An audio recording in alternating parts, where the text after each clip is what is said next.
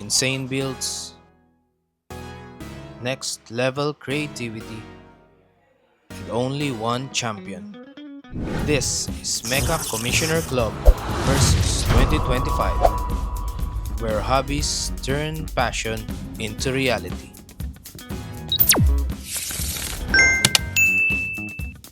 Hey guys, this is Arexu and welcome back to the channel. In this video, I'll be taking you inside the competition I personally joined, the Mecha Commissioner Club versus 2025, held last December 7, 2025.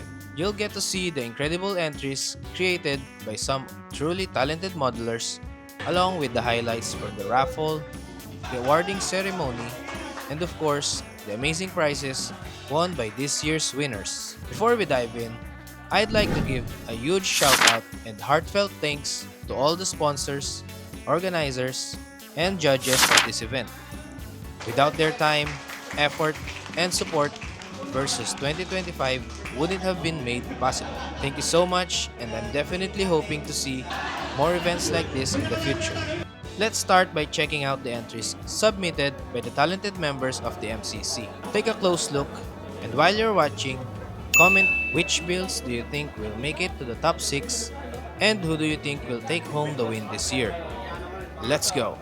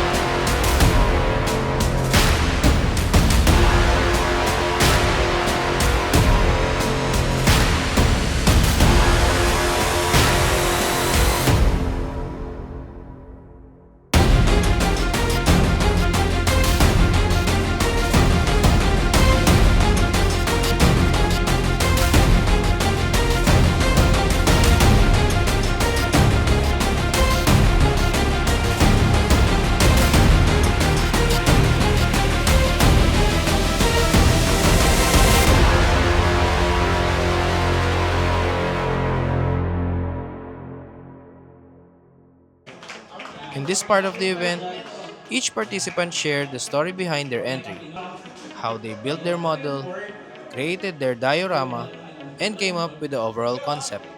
I apologize if some of the clips are shortened, and I highly recommend turning on the subtitles as some audio may be difficult to hear. Now, let's listen to the participants. Biglang natin kung kilala natin. Tapos makikita ko, sino? Sino? Gusto kong i-exercise dito na lahat tayo dito as one community tayo. Tapos kung may problema kayo sa pamilya, pwede pa-share dito. Para wala kayong bonus, pwede yun. Bibigyan namin kayo ng ayuda. My Sir Michael, ayan, number 1 and 3. For starters, yung Stardust Memory, yun yung unang anime na napanood ko ng na natapos ko. So, nag-stick siya talaga sa story-wise, maganda. Story-wise, oo. And even the movie suits are kakaiba. Yes. And the animation-wise, maganda yung pagkaka-animate nito. So, that inspired me to Stardust to do this diorama or entry. Kung yung bagay. So, okay sir, Michael, thank you so much. Thank you so much, sir. Thank you. Yeah, dahil yung kanyang entry. Just a quick, sir, ano yung inspiration nyo dito sa inyong entry? Bale, yan po yan po yung latest na napanood ko na Gundam series na animated. Hanggang ngayon, hindi ko pa natatapos panoorin. So, di pa tapos din yan. Ayun ka. Kasi yung matapos yung storyline, di ba? Hindi ko pa natatapos. At least, di ba, parang na-showcase mo pa rin yung inspiration mo coming from the anime. Sir. Oo, yan. Yun lang naman, anong grade na ito? 1:1? 1:1 for Yeah. Actually, kasi kanina napansin ko si Sir T, tinatapos niya pa yung entry. Zero. Galing sa akin, favorite item ako. Kasi, zero. Favorite niya yung Side. Yan. Akatsuki. So, ang base kit ko dito, MG Strike. Tapos, nilagyan ko ng Akatsuki na ito. Bootleg. Nilagyan ko ng lightning pack. Tapos, may malaking baril siya. So, silhouette. Tapos, ang ginawa ko dito, yung sa silhouette na HG. Ginawa ko siya MG scale. Pero actually, sinali ko siya dun sa gaya. Oo. Nag-consume ng time mo dito sa project. Ano yung malaking time-consuming na particular process? Siguro yung silhouette kasi kinakabit yun sa paa ng HG. So, kailangan ko isipin para siya kinakabit sa paa ng HG. Na hindi na, mga seamless type na, hindi parang stand-pack lang. Ang entry ko dito is yung Caliban versus Canton. Oo. Galing ko sa Ano series? galing siya sa series na Gun Wish from Mercury. Yung kung saan yung final battle na bago mag-final battle na Caliban at Aerial Reveal, kinalaban niya muna yung mga gun doon. Yung diorama, consist siya na mga Sintra board. Tapos yung pattern, i-trace ko through image. Tapos, ko na lang. Trace sa papel, tapos trace sa Sintra board. Tapos, ang medyo natagalan ako dyan, yung effect parts. Kung paano ko imamang sa diorama, paano ko itatago yung rod na magiging stand nila. So, sa amin, actually, dapat talaga, GM command versus ano yan. Kaya lang, umali kasi ng Yung kalaban natin. yung Gelgo. Kaya, tapos nakita ko kasi yung, binili ko dati na parang panggabi na ilaw. So, yun. Naisip ko, sige yung sa G-Quax yung gagawin ko na yung scene dun sa may fight. Final scene, final fight scene dun sa G-Quax. Tapos, ayan. Tapos, yung G-Fred wala pa dyan, hindi ko lang na-i-apple. Introduce your entry for project. Ano na po, sariling Interpretation. Nakakasabi niya. Ni Alex Tapos ni Zako. Ano yung, ano mo dito? Ano yung inspiration mo dito? Saan na ko yung concept? Wala lang siya. Basta nagpakita pa sila. Siguro nanonood siya ng mga actionable. Suicide lang po lima ko. Kaya pala sa gitna may putukan. Kung makikita mo yung putok, medyo 3D lang po. Side definition. talaga eh. Nagkaroon ng putukan. Tuwa talaga. Okay, Yung title ng entry ko is Great Fight. So, ang concept ko dyan is yung yung hindi natin nakikita din sa anime. okay. Kasi sila yung parang, kasi madalas ang bida lang tayo. Oo, kumbaga sila yung mga grunt Kasi sila yung mga grants. So, ang ginamit ko is yung Zakuman and yung gun cannon. Ganon. So, ayun siya. So, yung parang scene niya is yung sa city na nangyari sa 1 year war. Okay. Can you share us something about your entry? So yung entry ko is inspired from the side story ng Kubrus Doma. So ito yung battle between the two prototypes from Zion and Earth Federation. So yun. I try to recreate my own version ng battle nitong dalawa. It's based from the manga. So wala nagbabasa ng manga. Biggest reference ko. Yung entry name ko is actually yung I Don't Die Basilisk. Yung last words ni Kubrus Doma sa Ace Pilot na Don't Test. Doon sa, ano na yun, sa manga na yun. Baling sa Stardust Memory. Hindi ko naman napanood yung series na yan. Nakita ko lang doon sa may, sa may YouTube na mga cut lang. Akala ko yung porn eh. Pwede rin. Bali yung pinalabas ko dyan na mind over power. Kumbaga, strategy ng sa gera, hindi natin kailangan ng sobrang lakas na gamit para tagunin ang kalaban. Kailangan din natin ng utak. Kaya kumbaga, nag-back sa bakit ko sasalubungin yung high power na baril kung hindi mo naman kaya yung sa kumbaga, pinakaraming sa ito. Pen is mightier than the sword. Yung entry ko pala is inspired sa game ng banding na card game. So, yung kasi sa game na yun, I actually in-frame it, yung title ng si Dream Frame. Kasi may mga tokens kami doon na ginagamit. So, parang ini-imagine mo siya pag ini-display siya kung in real life, kung nasa mundo kami ng card game, yan yung magiging outcome niya. Tsaka syempre, yung eternal rivalry, Amur Ray, tsaka yung Shards as level. So, para siyang stalemate. So, ayan. Then siya sa pangalan lang kasi na nag-ailokos kasi ako yung magnet gun talaga. So, Kaya pala pula yung pag-net eh. oh, yeah. Perfect names. Thank you. Sa akin, makikita niyo naman Zigoken at Artix. Wala na, okay na, nakita na naman. Tapos, inspired yan doon sa, syempre lahat naman tayo apektado ng blood control.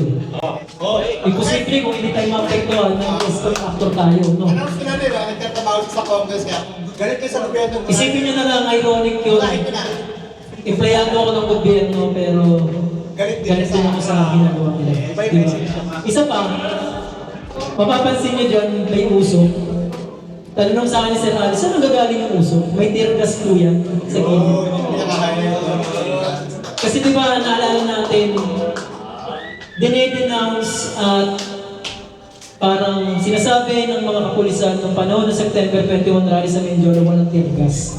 Katarantaduhan po yun. Sorry po sa word pero kalukuhan po yun. Kasi kapwa kong mga artist, mga kagrupo ko, mga kasama kong nagtatato, nadamay sila pero media sila ng panahon na yun.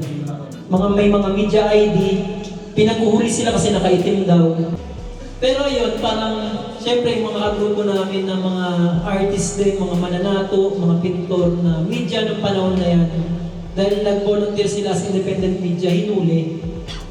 Kaya parang ako, inisip ko dahil nakalagay naman sa rules and regulation ng MCC, kailangan maging creative.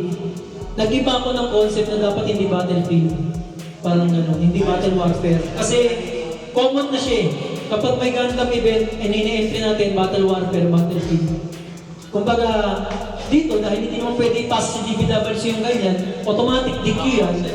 Kumbaga, dahil may platform tayo katulad ng MCC, Dito ko siya ginawa, dito ko siya pinasa. Hello po. Itong entry ko, pinangalanan ko siya na first fight kasi yung sa anime, ito yung unang paggamit ni Mika sa Barbatos. And also, kaya siya first fight kasi sinisimbolize niya rin na first time ko kasing sumali sa first time mo to? Opo. Wow, congrats po! First time! Modeling clay. Okay. Oo, kasi Paano ka patigas? ano siya, air dry ko siya. Parang pinatigas ko siya matcha. Doon ako nahirapan sa pinaka-nahirapan ko sa may smoke effect. Parang Kasi- cotton na siya eh. Cotton siya. Yung ano, ito, kung hindi naman kasi kasama sa scene niya, Ano yun na? Ganun yung hindi all black. yung black na or brown paint niya. Mas maganda kung mas parehas yung ito. Parang yung effect din kasi nun is parang kinat-out yung scene na yun. Diba? Based po sa episode 46 ng I Am Ano Legend yung of time stamp? 36 minutes. Nandiyan lang. Ito lang. Episode 46 Tapos bro, ano ginamit mo doon sa ano? Yung art nito na parang ano? la page ko. Oo. Tapos yung base, Foam board po, tapos yung taas niya plaster of Paris. plaster no. Actually kaya wala yan doon kasi di nakasya doon sa shelf. Actually, it's one of the sa ano. Ito naman dun sa mga nag-burn effect natin, mga ilan. Pag burn effect, damage effect, ito, kung gusto niyo kuha sila, ano na, nilayin niyo muna ng clear yellow. Half. Clear yellow. And then susunod niyo brown. And then susunod nyo is black. Nakikita nyo yung magawa ko, diba? Talagang burn effect na sunog. So, nakita ko, medyo kulang yung pink. Kasi wala naman nasunog na brown gamit, diba? Diba, makita nyo mga susunod na yellow, diba? Yellow, parang light to dark. Yellow, brown, kung meron pa kayong light brown, and then to dark. Pakita mo nga ay may airbrush siya tayo sa. Siyempre, tapos, siyempre, tinta, alam niyo na. Tinta. Tinta baka naman. Pwede rin ng gold. Ay, hindi. Hindi, basta, light yellow, depende ng light yan. Yellow nila, pure yellow. Then, some, sa kanila ng brown. Yes, bro. Okay, ano pong meron natin? Bali, ang entry ko po is yung tungkol sa Build Fighters. Ano niya is, ang inspiration ko is yung naglaban sila nung bago maging eggshell na yung yun lang. Bali, ang gusto kong mangyari sana is para may GP base power sa ilalim. Kasi may mga military. Kaso tapos na ako ng oras. So, yan na lang yung naging entry. At least na-pull off mo yung ano. Salamat sila. Well, yun lang naman. Hindi lang masyadong kailangan i-explore. Tapos yung sa base, ano yung, paano mo siya nagawang ano? Bali, gawa siya sa flat base. Tapos nilagyan ko na lang siya ng mga support sa bit. Base ko, gandang base yun eh, no? Tapos yung MG stand, tapos nilagyan ko na lang siya na, kasi yung brass ko hindi umabot, so nilagyan ko na siya ng ball pin, pumunta yung ball pin, which is blue rin. Tapos nilagyan ko na lang siya kasi, yun lang. Yung mga 90s kids, imagine nakapansin nyo yung mga bata. Nanonood sila ng TV. Tapos yun nga, tapos may top bubble na, i-imagine nila na sila yung characters dun sa show na pinapanood nila. Kaya ang title is Daydream. Tapos yun, may mga ko lang. Kasi yung kits na ginamit mo. Ay, tapos yung kits na gamit ko is yung RG Sasabi at RG. RG. Yung base scratch build na base para dun sa mga debris. Ayan. Tapos yung scratch build din yung floor na yung parang sa mga lumang bahay. Para pinagtigil ko yung old school na hammer na agad. Nasasara yung makeup at butal. Ano yung mga call? MP ko ay galing sa opposite Thunder po. Ang expression ko dyan eh yung last fight ko. Pero hindi ko yung stock na yung closing po ng game. Kasi parang Parang sa anime mo kasi parang deha ko po. Or yung sa post ko mismo ng ng game. So yung entry ko is full armor Zay and then MGP Billy. So ano lang siya, simple lang. Simple pa lang yan sa'yo. Tapos scratch game lang. Simple. So ano yan, parang naisip ko is sila yung mga last unit ng respective na series nila. Entry ko pa sa GBWC. Kapag nasa GBWC, ginagawa ko na to. Hindi, actually yan din yan. Ayan din. Patent pera eh. Kasi ano lang, i-recycle ko lang yung pinalita ko lang yung base. Ay, yung entry ko po yung galing po sa Gundam Double. Yung nasa pick po medyo bumaligo po yung GMX, pero doon po inayos ko lang. Bali yung concept ko po dyan, yung parang sa episode ng Double O na hinuhuli nila yung Kyrios, tapos na-entrap nila. Tapos dyan, parang inano ko lang ng story na kailangan nila mag-sacrifice para mahuli nila yung Double O. Which is yung lumabas naman yung red na GNX, yung Deborah, para masaksak yung Double O. Yun yung concept. Tapos meron dun sa likod niya na may GMX na sasaksakin siya para more on black spot. Isa ko sa laban nila dalawa sa mga paborito kong palabas. Which is na actually natin na talaga pag dumating lang yung RX-79. Ayun, so makikita nyo medyo kulang talaga sa kagaya ng BP kasi wala na oras eh. So, ayun, yun na yung concept ko. To go first is easy. Sinama ko lang siya ng appreciating, tapos yung building, Shopee ko lang nabili. Tapos yung building, Shopee lang eh. Na hiwa-hiwa ko na lang. Sabay, pinintay ko lang yun ng appreciating. So, well. Sorry sa akin. Kasi, yung talagang nung nag-announce na ganyan yung magiging title sa MCC versus, naisip ko talaga gamitin yung daw kasi dapat last year talaga siya yung gagamitin ko sa GBW. So ayun, kaya sabi ko, okay, nalang gamitin ko, so hindi lang ako mag-say that. Tapos, actually, pati nung inaano nila ako kung ano yung magiging ganap na ito, yung popsicle na. O, tapos, ayun, thank you Sir Makoy sa ngayon naman. Sharing of Ayan, si Sir Makoy kasi lagi kong kaya. Pagkita mo kayo ng asawa Kaya ano ginamit mo ano dito? Bali, HG packet, Kimarix, Uber, BI, Kimarix. Okay. Lucas Rex, Shield, tapos Crane, tapos ito po, Pitwash ng Milkrate. Okay. Begin laser. So, saan series to? Saan IBM. IBM. And then, okay yung pagkakapit shading niya. Ang dami ko ang dami kong pagkakamit. Ilang nakalimutan ko. Bali nung sinabihan niyo po order. Nagkakaroon po ako ng kit. Wala pa kasi yung kit na magamit kung para dito. Okay. Pero ganda ng color po. Ang ganda na kayo, hindi ka na. Yan ang next ang yellow mo. Pagka nag-base kayo ng yellow, patay talaga pagka-base ng steam. Dapat puti. Green. Green. We also had a raffle where everyone who attended won something, which made the night even more fun because no one went home empty-handed.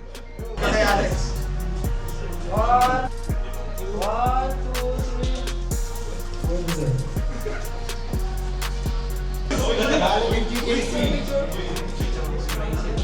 Kakabigay lang sa akin ni Lucy na lang.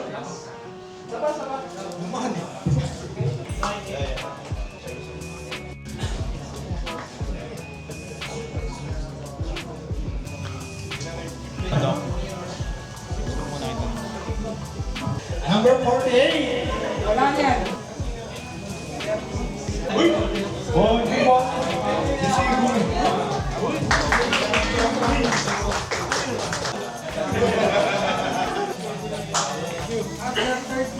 Now, it's time for the awarding. The first special award was the Greenfields Choice Award, presented by one of the event's sponsors, and surprisingly, Greenfield Choice Award. First fight, Alexander Gonzalez. I was the one who received it. I honestly didn't expect to win any award, and I was truly happy at that moment, especially since this was my first time joining a competition. First time na talaga.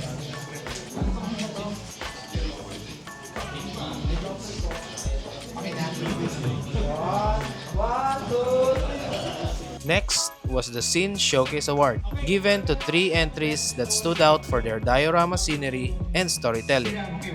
The Endgame by Mr. Uhu's Workbench, Second is Spit Fight, Crisostomo. Mag-edit talaga. 90 degrees. FX78, Lenny Marie.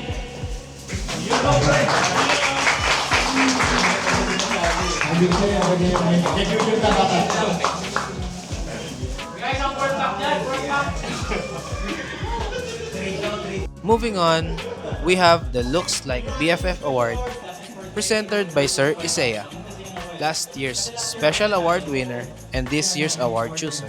Ang aking looks like BFF Friend versus Friend Award is entry number 12.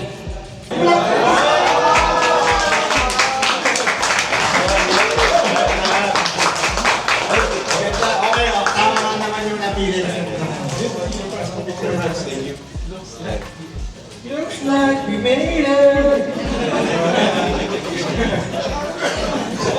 Next is the People's Choice Award, voted by customers who purchase items from Hobby Alley during the entire week of the display. People's Choice Award goes to Megamon.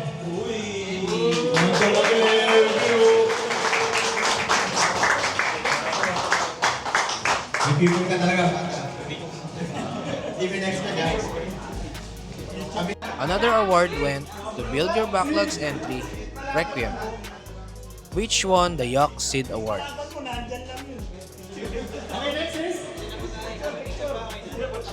We also have the Tinta's Choice Award, presented by sponsor Tinta Hobby Paints. Para to kay Robert Rebong CS.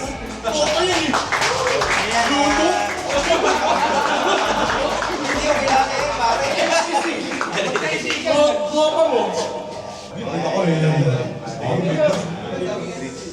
Picture ba picture? Another award was presented by Lost Trends Tattoo Studio, and the chosen entry was Daydream by Mark Customs. And for the final special award, the Looks Nothing Like Heat Award, presented by Sir Kaloy of Mobile Suit Hanger. So, ang award na to looks nothing like it. First of all, gusto ko magpasalamat sa MCC for choosing me to present this award and to choose the deserving awardee. Hindi naman ako professional builder, pero you chose me to present this award. At hindi po ako yung boses ng community kasi hinaharas lang ako. Tapos may prize to may prize na nakalimutan ko lang. Papadala ko na lang sa inyo, baka sabihin nyo po, tinakbo ko yung prize Dalawa yun sa isa. Okay, ang Looks Nothing Like Heat Award goes to Virgay.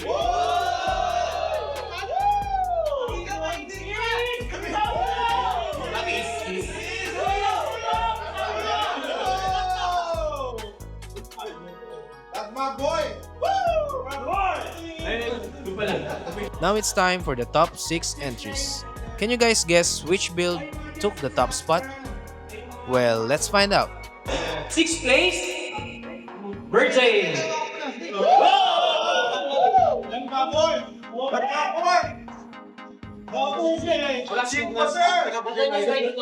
Second lang. Shake hands lang yung... Shake hands! Shake hands! Konting hug! Bako na kabilang kwarto ng lolo mo, nakadbakasilip. Anyway, thank you sir. Thank you. Score! Score is 81.4. Entry number 9. VIP. Hoy! Sabi ng mga bin.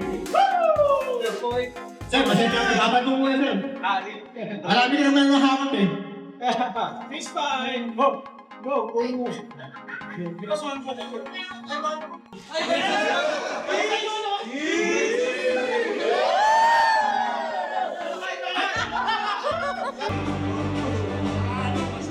Fourth place. Score is 82.2. Entry number 8 by Mr. Kumo Workbench. Wala na. Tagawa. Sir Chips. Masama ko no? Natin sa kanya.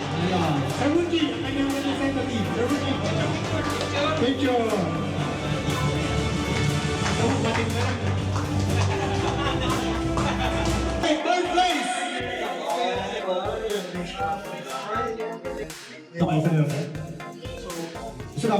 Okay, third place natin. Ngayon naman ang figura, itag nyo na lang si Tupacho, Kita. Third place, garnering a score of 84.4. Entry number 17, si Levi. Ang kanilang face niya rin ay kami.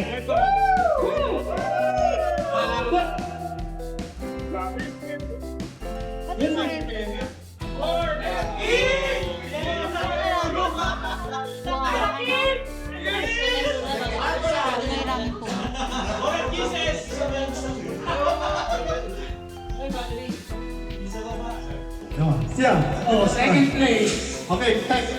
85.2%.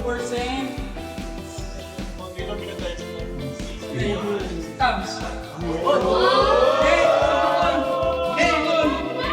Ikaw! Nakatagin ka lang!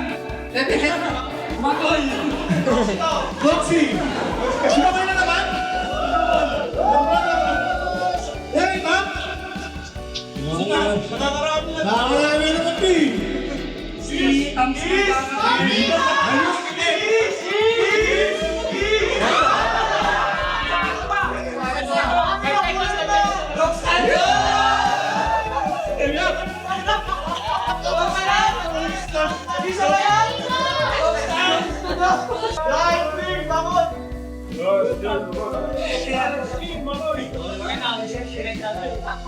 Kanyang score or percentage 87 sa lato. Ang entry number, sino kaya? Entry number, sino nila ba? Anyway, thank you talaga. Maraming salamat po sa participation sa ating event. Entry number 11, Kuya ni Kaloy. Kapatid na gusto ni Kaloy, Kuya ni Kaloy. Susunod ko kang saya. Ha? Ha? Yes.